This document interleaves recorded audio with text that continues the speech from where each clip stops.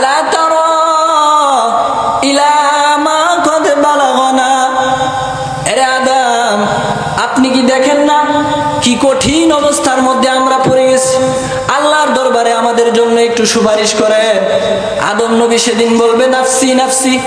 না না, আল্লাহ রাব্বুল আলামিন আজকে জাব্বার আর কাহার নাম নিয়ে বসে আছেন, আল্লাহর দরবারে সুপারিশ করার মতো সামর্থ্য সাহস আমার নাই।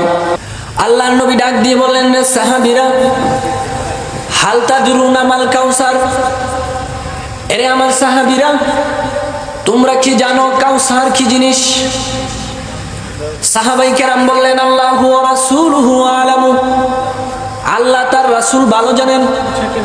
আল্লাহর নবী বলেন, কাউসার হচ্ছে হুয়া নাহরুন ফিল জান্নাহ, কাউসার হচ্ছে জান্নাতের একটি নহর। আতানিল্লাহু আযজা ওয়া জাল্লা, আল্লাহ রাব্বুল আলামিন এই কাউসার আমি রাসূলকে দান করেছেন। এই কাউসার হচ্ছে এমন একটা নিয়ামত, তারিদু আলাইয়া উম্মতি ইয়াউমাল কিয়ামা। আল্লাহর নবী বলেন, এরে আমার সাহাবীরা, কিয়ামতের ময়দান, কিয়ামতের দিনটা হবে 50,000 বছর লম্বা। মাথার উপরে থাকবে সূর্য, জমিনটা হবে তামার জমিন। প্রচন্ড সূর্যের তাপে মানুষের মাথার মগজগুলা টকবক করতে থাকবে। সূর্যের তাপে কারো শরীরের গাম হাঁটু পর্যন্ত হয়ে যাবে, কারো কোমর পর্যন্ত, কেউ বা গামের মধ্যে সাঁতার কাটতে থাকবে। এমন কঠিন পরিস্থিতিতে মানুষ পড়ে যাবে। সেই কিয়ামতের কঠিন ময়দানে আমি রাসূলুল্লাহ আমার গুনাহগার উম্মত গুলাকে আমি আল্লাহ, আমার আল্লাহ যে আমাকে নিয়ামত দিয়েছে কাউসার, এই কাউসার থেকে এক গ্লাস পানি পান করিয়ে দিব। 50,000 বছর আমার উম্মত গুলা দাঁড়িয়ে থাকবে, পিপাসা লাগবে না। এই কাউসার আল্লাহ তাআলা আমাকে কি করেছেন? দান করেছেন। আল্লাহ রাসূল বলেন, এই কাউসার কেমন? হাদিস শরীফের মধ্যে রাসূলুল্লাহ বলেন, তুরাবুহু মিসকুন, কাউসার হচ্ছে এমন একটি নিয়ামত যার মাটিগুলা হচ্ছে মেশক আম্বরের চাইতে বেশি সুগন্ধি। আবিয়াদু মিনাল লাবান আহলা মিনাল আসাল, এই কাউসার হচ্ছে দুধের চাইতে সাদা, মধুর চাইতে মিষ্টি। এমন একটা নহর, এমন একটা নদী আল্লাহ রাব্বুল আলামিন আমি রাসূলকে দান করবেন কিয়ামতের কঠিন ময়দানে। সেই নহর থেকে, সেই নদী থেকে আমি রাসূলুল্লাহ আমার গুনাহগার উম্মত গুলাকে যখন কিয়ামতের ময়দানে পানির পিপাসায় মানুষ ত্রাহি ত্রাহি করবে, আমি রাসূলুল্লাহ তাদেরকে সেই নহর থেকে এক গ্লাস হাউজে কাউসারের পানি পান করিয়ে দিব। 50,000 বছর আমার গুনাহগার উম্মত গুলা দাঁড়িয়ে থাকবে, কোনোদিন পিপাসা লাগবে না। এমন একটা নিয়ামত হচ্ছেন কাউসার। আল্লাহ রাসূল বলেন, ও আমার সাহাবীরা, এই কারণে আমি রাসূলুল্লাহ হাসছি, আল্লাহ তাআলা এমন নিয়ামত আমি রাসূলুল্লাহকে দান করছেন।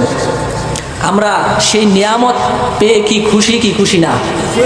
কিয়ামতের ময়দান আল্লাহ রাসূল বলছেন যে মাথার উপরে সূর্য থাকবে, সূর্যের তাপে মানুষের মাথার মগজগুলা টকবক টকবক করতে থাকবে। এরকম ভয়াবহ অবস্থা হবে। আল্লাহ রাসূল বলেন, ওই সময় আমার উম্মতগুলাকে আমি রাসূলুল্লাহ নিজ হাতে কাউসার পান করিয়ে দিব। 50,000 বছর দাঁড়িয়ে থাকবে, কোনোদিন আমার ওই উম্মতের পিপাসা লাগবে না। বলেন সুবহানাল্লাহ। বিশ্ববিখ্যাত ইমাম আল্লামা জালালউদ্দিন সুয়ুতী রাহমাতুল্লাহ আলাইহি এই কাউসার শব্দের 2টি ব্যাখ্যা করেছেন। একটি ব্যাখ্যা করেছেন হাদিসে আসছে নহর, আরেকটি ব্যাখ্যা করেছেন শাফাআত। আল্লামা জালালউদ্দিন সুয়ুতী রাহমাতুল্লাহ আলাইহি বলেন, কাউসারের আরেকটি অর্থ হচ্ছে শাফাআত। কিয়ামতের ময়দানে আল্লাহর রাসূল বলেন, আমার গুনাহগার উম্মতগুলা আল্লাহর কাঠগড়ায় যখন গুনাহের কারণে আল্লাহর কাঠগড়ায় যখন আটকা পড়ে যাবে, আমি রাসূলুল্লাহ আমার ওই গুনাহগার উম্মতগুলার জন্য, তাদের জন্য শাফায়াত করে তাদেরকে জান্নাতে নিয়ে যাব।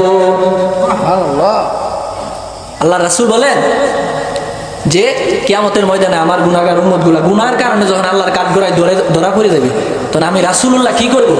শাফাআত করে ওই গুনাহগার উম্মতগুলাকে আমি রাসূল নিজ হাতে ধরে জান্নাতে নিয়ে যাব। বলেন সুবহানাল্লাহ।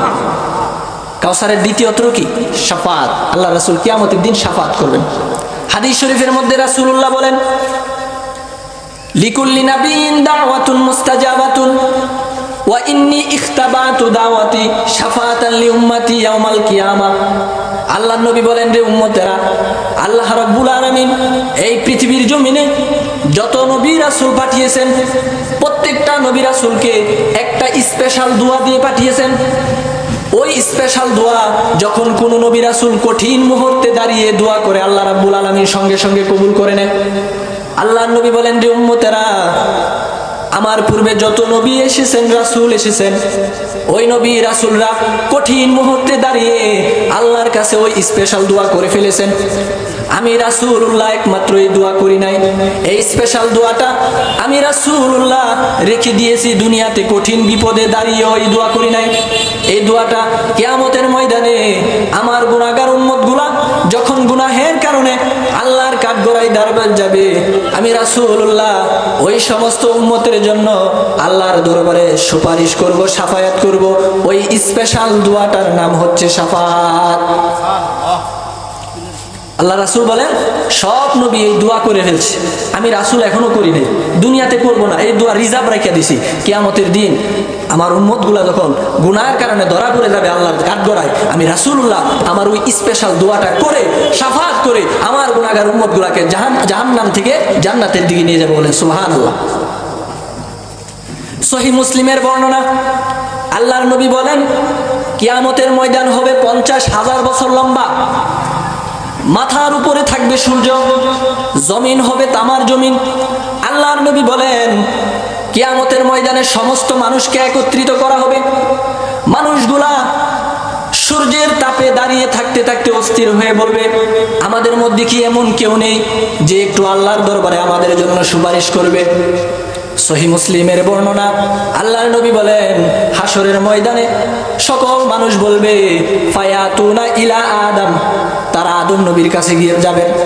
ফায়াকুলুনা, তারা বলবে, আনতা আবুল বাশার আমার আল্লাহু আল মালাইকাতা ফাসাজাদু লাক। এরে আদম, আপনি তো আমাদের পিতা, আল্লাহর আদেশে ফেরেশতারা আপনাকে সিজদা করেছে। কিয়ামতের কঠিন ময়দানে আমরা আটকা পড়ে গেছি। আল্লাহর দরবারে ইশফা লানা ইলা রাব্বিক, আপনার রবের দরবারে আজকে আমাদের জন্য একটু সুপারিশ করেন। আলা তারা ইলা মা নাহনু ফি, আলা তারা ইলা মা কদ বালাগনা। এরে আদম, আপনি কি দেখেন না কি কঠিন অবস্থার মধ্যে আমরা পড়ে গেছি? আল্লাহর দরবারে আমাদের জন্য একটু সুপারিশ করেন। আদম নবী সেদিন বলবে, নাফসি নাফসি। না না, আল্লাহ রাব্বুল আলামিন আজকে জাব্বার আর কাহার নাম নিয়ে বসে আছেন, আল্লাহর দরবারে সুপারিশ করার মতো সামর্থ্য সাহস আমার নাই। ইযহাবু ইলা নূহ, বরংশ তোমরা নূহ আলাইহিস সালামের কাছে যাও। আল্লাহর নবী বলেন, ফায়াতুনা ইলা নূহ, কিয়ামতের ময়দানে সমস্ত মানুষগুলো তখন নূহ আলাইহিস সালামের দরবারে যাবেন, গিয়ে বলবেন, আনতা আউয়ালুর রাসূল। এরে নূহ, আপনি তো আল্লাহর জমিনে প্রথম রাসূল হিসাবে আসছেন। ইশফা লানা ইলা রাব্বিক, আপনার রবের কাছে আমাদের জন্য আজকে একটু সুপারিশ করেন। আলা তারা ইলা মা নাহনু ফি, আলা তারা ইলা মা কদ বালাগনা। এরে নূহ, আপনি কি দেখেন না কি কঠিন অবস্থার মধ্যে আমরা পড়ে গেছি? একটু আশফা লানা ইলা রাব্বিক, আপনার রবের দরবারে আমাদের জন্য একটু সুপারিশ করেন। নূহ আলাইহিস সালাম বলবেন, নাফসি নাফসি, সম্ভব না, আমি নূহর পক্ষে আজকে আল্লাহর কাঠগড়ায় দাঁড়িয়ে তোমাদের জন্য সুপারিশ করা আমি নূহর পক্ষে সম্ভব না। ইযহাবু ইলা ইব্রাহিম, বরং তোমরা ইব্রাহিম নবীর কাছে যাও। আল্লাহর নবী বলেন, ফায়াতুনা ইলা ইব্রাহিম, হাসরের ময়দানে সমস্ত লোকেরা দল বেঁধে ইব্রাহিম নবীর কাছে গিয়ে বলবেন, এরে ইব্রাহিম, আপনি তো মুসলিম জাতির পিতা, ইশফা লানা ইলা রাব্বিক, আপনার রবের দরবারে আমাদের জন্য আজকে একটু সুপারিশ করেন। আলা তারা ইলা মা নাহনু ফি, আলা তারা ইলা মা কদ বালাগনা।